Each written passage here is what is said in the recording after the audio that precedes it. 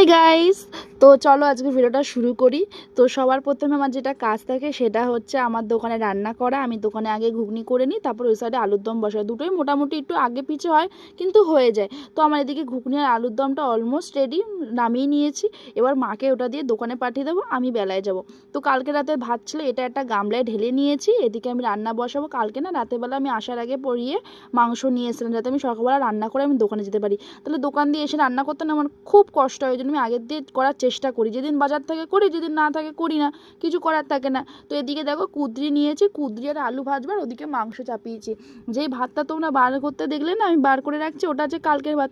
ওটায় চাল যখন ফুটবে ওর সাথে মিশিয়ে দিই, খাওয়া হয়ে যায়। নষ্ট করি না, যা থাকে এদিক ওদিক করে মিশিয়ে টিশিয়ে আমি চালিয়ে দিই। নষ্ট করতে আমার খুব কষ্ট হয়। এখন ইনকাম করতে শিখে গেছি, তাই 1 টাকার মূল্যও বুঝি, 50 টাকার মূল্য আমি বুঝতে শিখে গেছি। তো এদিকে মাংসটাও কষাতে দিয়েছি, আলু আর কুদরিটা ওদিকে সিদ্ধ হচ্ছে, ভাজতে বসিয়েছি। ততক্ষণে ভাবলাম যে বিছনাটাও তুলে নিই। বিছনাটার দিকে তুলতে লেগে গেছি, ঘরটা ঝাঁট দিয়ে নিয়েছি একেবারে। ঘরটার পরিষ্কার করে গেলে কি এসে আমি একটু বাসনগুলো মেজে দিয়ে একটু রেস্ট নিতে পারি। ওদেরকে তরকারিগুলো নামানোর আর সময় পাইনি। এবার যাবো দোকানে। দোকানে যাওয়া যাক। যে পরিমাণে গরম পড়েছে বিশ্বাস করো, আরেকটু হলে আমি স্ট্রোক করে মরেও যেতে পারি, কোনো গ্যারেন্টি নেই। আমার যদি ভিডিও আসা বন্ধ হয়ে যায় ভাববে আমি স্ট্রোক করে মরে গেছি এই গরমে। তো দোকানে যা যা কাজ থাকে সব কিছু করি।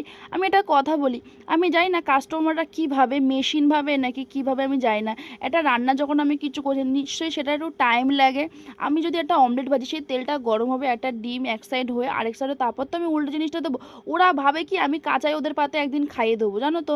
ওরা মানে আমাকে টাইমই দেয় না, রে জিনিস হবে তারপর তো দেবো। আমি তো চাই ওদেরকে তাড়াতাড়ি করা, মানে দাঁড় করিয়ে না রাখতে। ওরা এমন ব্যস্ত করবে, মাঝে মাঝে মনে হয় মাথা ঠুকি, নিজের মাথা নিজেই আমি ঠুকে ফেলি। বাদ দাও এইসব কথা। তো চলো দোকানের বাসনগুলো নিয়ে নিয়েছি, এবার বাড়ি গিয়ে বাসন মাজবো। আমাদের আবার একটাই পাম্প বন্ধ করে দেয়। দেখো আমার মাংসটা যে কত ভালো হয়েছে, লাল লাল ঝাল ঝাল, খেতে হেভি হয়েছিল। আমি রান্না করেছি বলে তাই না, কিন্তু খেতে খুব ভালোই হয়েছিল।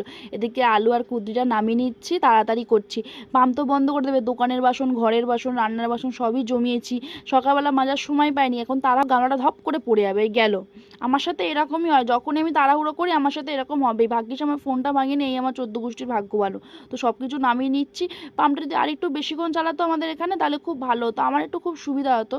বাদ দাও, আমার কপালটা আগাগোড়াই খারাপ, ওই জন্য আমার সাথে এইসবই হতে থাকে। তো এদিকে আমি গ্যাস মুছবো। আমার ভাই বিয়ে হলে আমি আগে কিছু না করি, আমার গ্যাস প্রত্যেক দিন আমি চকচক করবো। প্রত্যেক দিন আমি গ্যাস মুছি, একটা দিনও থাকে না যেখানে আমি গ্যাস মুছে বাদ দিই না।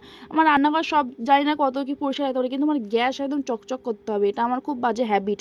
ভালো হ্যাবিট, বাজে না। তারপরে বাসনগুলো সব ধুয়ে নিয়েছি, স্নান করে নিচ্ছি। আর দুদিন পর এমনি টাকলা হয়ে যাবো, ওই জন্য চুলের কোনো যত্ন নিই না। শুধু এই একটা টোনার মাখি। যতই সানস্ক্রিন মাখি না কেন আমার মুখ কিচ্ছু পরিবর্তন হয় না, যেরকম ট্যান সেরকমই ট্যান থাকে। তো এই দেখো আমি শুধু টোনারটা মাখি, বেশ